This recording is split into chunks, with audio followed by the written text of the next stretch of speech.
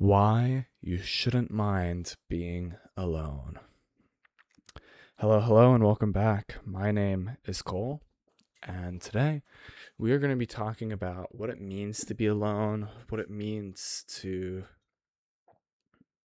feel alone, and why it's not necessarily a bad thing. I think a lot of people have this extreme negative connotation with being alone, whether you are the hopeless romantic who yearns to find somebody and just feels alone, or you're the you're the basement dweller who spends too much time managing his 50 Discord servers and 10 Reddit mods that you don't have time to be with anybody. You are, um, well, you are extremely alone. Or maybe you're just like a normal wage slave, and well, you know your coworkers and you're surrounded by people on a daily basis. You still feel alone. You feel like you're not connecting with anybody, and you feel trapped in a Groundhog Day cyclic nature, right?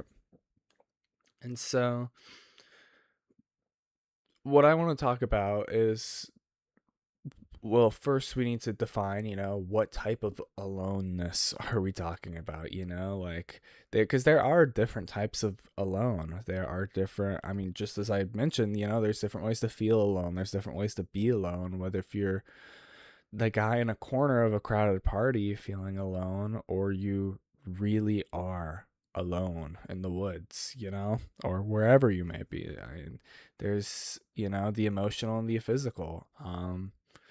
And so not only are we going to define what it means to be alone, but we're going to look at why that loneliness, or why specific loneliness, is good for you. And I think a lot of people will hear that and say, as a hopeless romantic, I've done my time being alone, I've tried to make friends, or I'm shy, I'm nervous, I'm anxious, I'm done being alone. I don't want to be alone. Why would I want to hear this? And then maybe you can look at it like this: we're reframing negative connotations or negative feelings into something that, while isn't now inherently positive, is, well, less negative, reframing those emotions. Um, so if you enjoy, I would love it if you would subscribe, and especially if you'd leave a comment. My ultimate goal is to grow our community little by little, and every single person who interacts with this video, you do matter and you make a big difference. So yeah, let's get right in. So, starting with defining what it means to be alone, I took a look at lots of different examples, or lots of different definitions, and the constant I found amongst all examples was this idea of having some sort of separation from something, and that separation evokes some sort of emotional response. So that means to be alone, you can be a crowded room. You can be in a packed room and feel alone, because while you aren't physically separated from everyone, you are mentally separated from them. You don't know everybody, and everybody doesn't know you. So there's that social aloneness, right? But also there's that physical aloneness where you physically are separated from others, or you're maybe not even from other people, but like, you know, you could be at work and you're alone in the sense that you're not with your dog.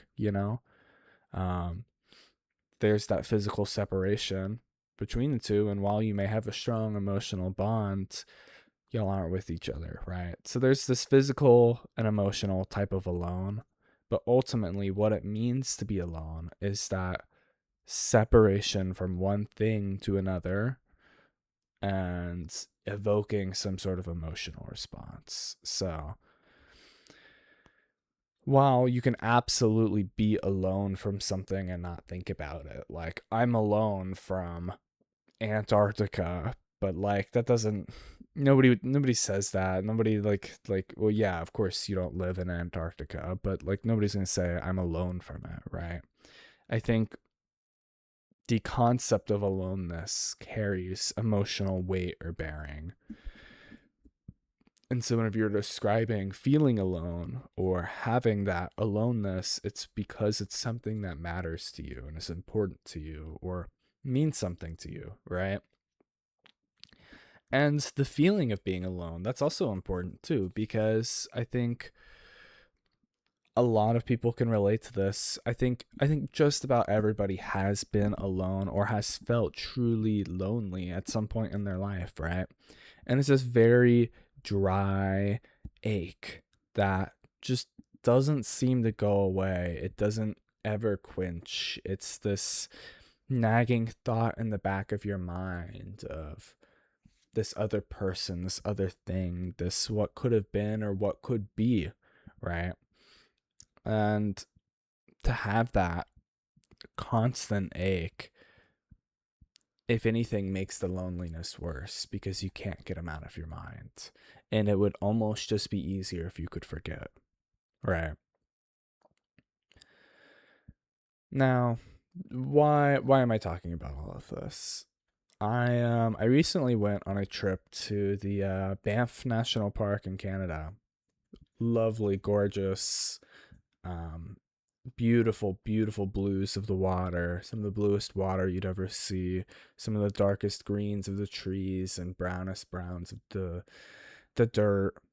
It was just very stunning, very stunning. I really enjoyed my stay there. But something I thought about every time I was on a hike or every time I was at the front of a lake or a river and I could just peacefully hear the water, even though I was surrounded by so many other tourists and family and other people.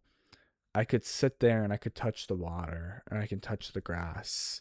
And for a moment there, I could feel alone. Not in a sense that I was scared and afraid, but in a sense of serenity that I could imagine doing all the hikes I was doing or all the time I was spending. Even though I was surrounded by people, I could imagine it, what it would be like if I was by myself. Um, I think there's something to be said about the romanticization of being alone, right? There's some people who romanticize loneliness in a sense that they want to hurt themselves or like they're trying to put themselves down. But there's also people who romanticize it because of what can come of it. And that's kind of the positive I want to talk about is this idea is that there is positive to come from being alone. And I even thought to myself near the end of this trip that I would love to go back and do it all again, but by myself. Pick a very busy time, a Monday, middle of the work year, middle of the day, and go do it all again by myself one day. And to experience that, see what that would feel like. And I think it would feel very drastically different. Why? Why do I have this feeling? Why, like, what's the point? Why? Like that was my inspiration for talking about this, but why? Um and the thing is we all need to spend more time away from our screens, away from even our house. There's a lot of times where you're in your own room and you have the rest of your family in your house, yet you still feel alone. Or you're super late at night, 11 o'clock, and you're scrolling Instagram. And obviously, you're alone in your room, but the ache feels 10 times worse because whenever you scroll past a video of a happy couple doing things together, and you're reminded every single video of that you watch that you're just by yourself, single in your room, or at least just not with your partner, that makes you feel worse. Like that's not exactly a happy feeling to have. And it's like I think a lot of us subconsciously do it to ourselves, like it's a very subconscious almost putting ourselves down. Like, look at what other people have. Look at how much happier other people are. Look at how not alone everyone else is but me. And the fact of the matter is, that's just not true. I mean, I'm sure we've all heard this before, but people have a lot of their own struggles and problems they're dealing with that we just can't see from the outside. That if only we were them and we could take a look at their interpersonal lives, would we know how much everybody else around us is suffering? Because everyone is. And so, this idea that everyone is happy, everybody has it better than we do, we're the ones who've got it bad, is it's just another way to put ourselves down. And it's something we do very subconsciously every time we see a happy couple walk by. You know, every time we see a big friend group of guys who look like they're having a great time, you know? And so this idea of, okay, let's put our phone down, let's put our, put our earbuds down and spend some time alone. Not because we feel like we're forced to, not because we feel like nobody wants us or nobody will choose us or nobody gets us. That's the distinction. Not because no one will choose us, but because we choose us. You must choose you. I'm going to say that again. To spend time alone, not because no one will choose you, but because you will choose you. Stop and think on that for a moment. That's the distinction. That's the important point to hit home. Think about it, I think a lot of what we talk about on this channel, and a lot of what a lot of people talk about, in this realm of not just self-help, but even philosophy is, do you understand yourself? Do you know yourself? Do you love yourself? Do you care about yourself? I think too many of us not only get so caught up in our daily lives, whether that be work, school, or activities, but also just in our own emotions.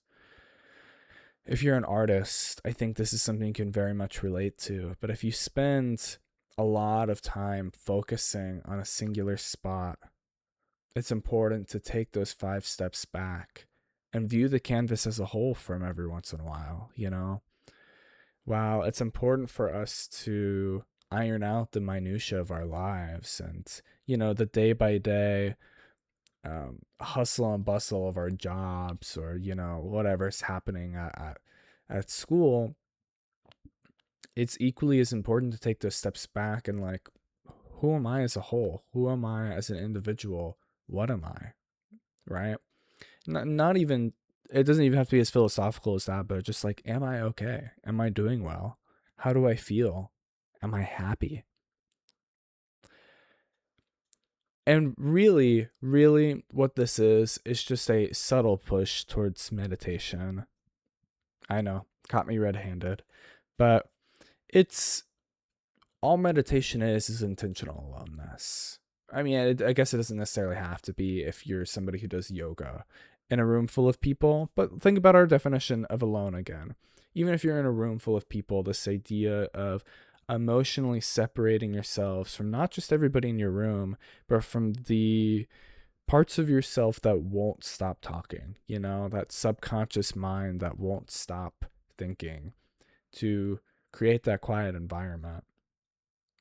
And so, yeah, meditation really is just intentional aloneness. And whether if you're doing it with friends or not, you are finding a way to be alone.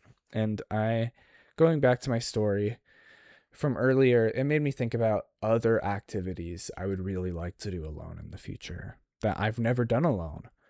I really want to go.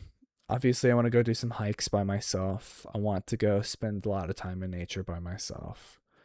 I want to go to a nice restaurant, get a reservation just for one, just by myself. No YouTube while I'm eating, no music in the ears, just enjoying my own presence. I think that's a big one. If you're somebody who exercises, getting up super early, especially if you can do it like once a week, and to go exercise. The nicest part about that is, especially if you're somebody who runs, you're waking up before almost everybody else does. And if you run through like a busy town or city and you see that nobody's awake, nobody's out, despite how just a couple hours later the town is filled to the brim, it's a very peaceful aloneness. It is very peaceful.